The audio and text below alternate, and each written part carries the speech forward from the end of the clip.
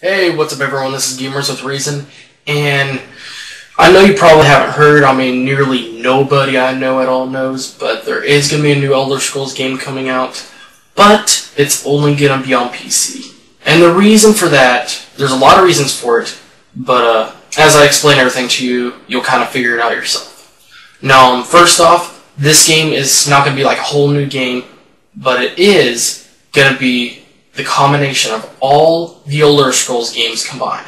At least the landscapes and everything, and it pretty much is going to be the combination of all the games, except, I guess you'd say, the main story. But there is going to be stories and quests and everything that you would expect from an Elder Scrolls game. And another thing is that this game is going to be 200 player, which is going to be really, really fun.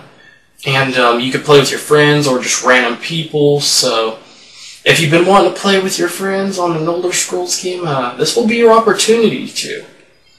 And you could be fighting against, you could have huge epic battles like 100 players versus 100 players, and you could actually fight for, let's just say, the castle at Cyrodiil, fight for the town and take over the territory or something. And whoever's the best player out of the entire battle will be named the Emperor. So that's going to be really fun. And one thing that's going to be really concentrating on about this game is the combat system. What they're really trying to do is just make it very realistic and make it just get you really into it, And they're going to try to offer a lot more moves and make it just have more options than the Elder Scrolls games, instead of just slashing and just hitting guys and maybe a couple of other things, they'll give you more options. Probably similar moves like the ones in Oblivion, like the one where when you do a 360 and then you stab the person after going in a circle like that, and or just like a backslash, which I believe actually wasn't Skyrim, if you get the skills high enough. But anyways, a great example is if someone was just charging at you like crazy, like they're going to really try their best, going all out to take you out, and you could just be standing there like 99% of the time, and then at the last second, just completely dodge. There's probably going to be some rolling or flipping or some sort of like jumping that can just, really get you into dodging moves like that. It's going to be really fun to see what it's going to be like, And one thing I'm really excited for is just, seeing how much weapons that they have there. And what they're going to look like overall, considering, they look a little bit different between each game, even though sometimes they pretty much are the same weapons, but they slightly look better, in the newer games, of course, because of the graphics difference. And one thing I was really happy about after seeing the trailers that they have, in case you don't know, they have a very limited amount of videos. They only have like a few videos, and that's about it. So they don't, that's probably why not very many people know about this game. But anyways, after seeing that, I saw that they are actually doing a pretty good job of putting the landscapes together, and I guess you could say having things match up. Because you got to consider they were all made in different years, different systems, different graphics, and different coloring systems, and the way that the game was made was, each one of them was made entirely different. One of them may be mostly flat surfaces, the other ones might have had more mountains, and just the way they located things, organized everything, and just all of that, just all different. They're going to have to make some slight changes. I'm pretty sure they won't make too much, you'll be able to tell it's the right game. From what I've seen, Morrowind, the landscapes for Morrowind, you can tell it's Morrowind once you see it. So they're definitely doing a good job of keeping it the way the games were, upgrading the graphics and everything, making the changes they need to, while not changing too much. So they're doing a good job on that. And I'm really excited for this game. There's going to be a lot of quests, side quests and everything. And it's going to be very close to, I guess you could say, the graphics and everything. It's probably going to be right between Oblivion and Skyrim. So it's going to be pretty solid graphics and everything. And you got to take in consideration, they started on this game back in 2007. So they've been working on 5 years so far. And in case you're wondering who's making this game, it's actually ZeniMax Online Studios.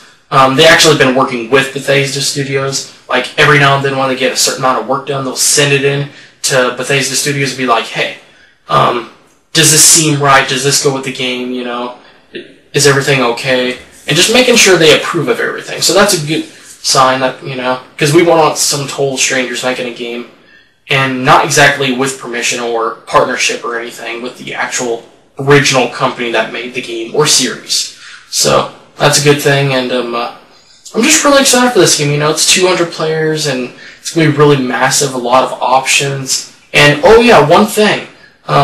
Depending on which race you choose, let's just say if you choose one of the races that was in Morrowind, you'll actually start out in Morrowind. So depending on what race you choose, you'll actually be starting out in the landscape for the game that it was in. So, and actually, what things they're going to be doing is they're actually going to be making your main quests or how you start out actually quite different for each player. And one thing they're going to try to do is add a lot of options for skills and stuff. You can actually like change your skills, I guess you could say, or type of person.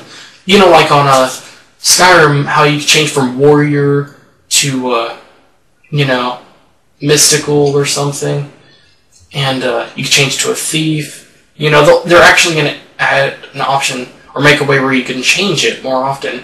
So then, let's just say if the whole situation changes and you need to have your skills increase on certain things, let's just say like using a bow, you could actually change it. So then when you're in that situation, you'll I guess you could say you'll be able to adapt to it better or do better for it.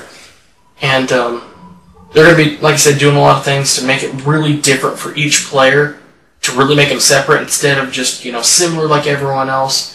And a lot of options overall to make it really a very unique experience. And overall, I'm really excited to see what this game when it comes out. I'm going to be absolutely excited. The only thing I'm worried about is I'm going to be spending too much time playing this game. But tell me, guys, what you think. Are you really excited? Do you think it's going to be replacing World of Warcraft? I know some people have been saying that, and it might be true. And if not, then the least it's going to do is compete against World of Warcraft. World of Warcraft has been around forever. It's got a lot of players on it still, Eventually they might have to step away from it, of course, Even though people don't like to admit it, eventually graphics are going to get so intense and realistic that when you look at World of Warcraft, you're just going to be absolutely disgusted by it. And that's why, for Blizzard, I recommend for them to really keep up is simply be like some of the other companies and have HD packs, high-resolution texture packs, little graphical upgrades, or add in some serious stuff, like let's just say like some games, like physics, like things can actually break and destroy, and knock a tree down and that kind of stuff, and particles, the light, the shadow, the sun system, the weather, just little things to really make it much more realistic, and but don't do it in a way where you're like forcing everyone to have to run all that stuff, because if someone has a crappy system, they might not be able to play anymore after that. But if they just keep on doing that every now and then, they will be keeping up with the most current games. And, yeah, I think that would be their best thing to do, but at this rate, they're choosing not to. But maybe they will last a long time. But, anyways, thanks again, everyone, for watching this video. Please comment, rate, and subscribe, and see you guys in the next video.